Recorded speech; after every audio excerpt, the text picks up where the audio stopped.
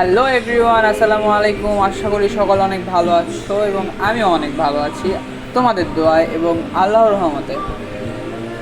আজকে ভিডিও করার কোনো রিজন নাই। আজকে ভিডিওটিতে আমি কথা বলবো এই ছোট্ট একটা গল্প নিয়ে। গল্পটা নিজে আজকে লিখছি আর আমি এই গল্পটা তোমাদের মাঝে শেয়ার করব বলেই এই ভিডিওটি ক্রিয়েট করা। তো চলেন আজকে আমার যেই গল্পটা আমি লিখছি, যে আমি যেটা ভাবতেছিলাম রিলেশনশিপ সম্পর্কে, সেই বিষয় নিয়ে একটা ছোট্ট গল্প। সো লেটস গো, শুনে আসা যাক আজকের গল্পটি এবং শেষ পর্যন্ত দেখার অনুরোধ রইল আপনাদের সকলকে। রিলেশনে যে যত বেশি কেয়ার করে সে তত বেশি বিরক্তিকর আর অবহেলার পাত্র হয়ে দাঁড়ায়।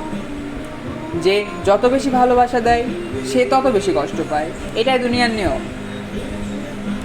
আর এত কেয়ার আর ভালোবাসার পরেও দিন শেষে সেই মানুষটি আপনাকে বলবে, তুমি আমাকে কি দিয়েছো, তুমি আমাকে কিছুই দাও নাই। এত ভালোবাসার বিনিময়ে কখনো তাদের কাছ থেকে আপনি কিছুই পাবেন না। তারা শুধু আপনাকে অবহেলা আর কষ্ট দিতে পারবে, আর কিচ্ছু না। ভালোবাসার বিনিময়ে তারা কখনোই আপনাকে ভালোবাসা দিতে পারবে না। তাদের কাছে আপনার দুঃখ, কষ্ট, স্যাক্রিফাইসগুলোর কোনো দামই নাই।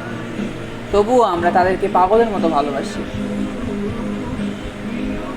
নিজের বুকের ভিতরে কষ্ট জমতে জমতে পাথর হয়ে গেলেও তাদেরকে আমাদের ছাড়তে ইচ্ছা করে না।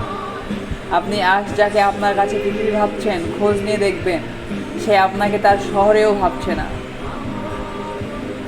আর কেউ কেউ তো তার পৃথিবীর ভাবা মানুষটাকেও ছেড়ে চলে যায়। অদ্ভুত কঠিন বাস্তবতার এই পৃথিবীতে সত্যিকারের ভালোবাসার মানুষ খুঁজে পেলে তাকে আর কখনোই ছেড়ে চলে যেও না। আমার এই কথাগুলো যদি ভালো লেগে থাকে তাহলে প্লিজ আমার পাশেই থাকবেন। আর এই গল্পটি কেমন লাগলো অবশ্যই কমেন্ট বক্সে জানাবেন। ছোট্ট একটা গল্প, কয়েক লাইনের লিখছি আমি, এতটুকুই শেয়ার করার ছিল আজকে। সো বন্ধুরা সবাই ভালো থাকবেন, সুস্থ থাকবেন। আর সামনে আরও সুন্দর সুন্দর ব্লগ আসতেছে ইনশাআল্লাহ খুব শীঘ্রই। আর এই ব্লগটি দেখবেন। আমার পেজটা ফলো করা না থাকলে ফলো করে দিবেন, আমার চ্যানেলটি সাবস্ক্রাইব করা না থাকলে সাবস্ক্রাইব করে দিবেন। ইনশাআল্লাহ আমি আশা রাখি যে আপনারা সকলে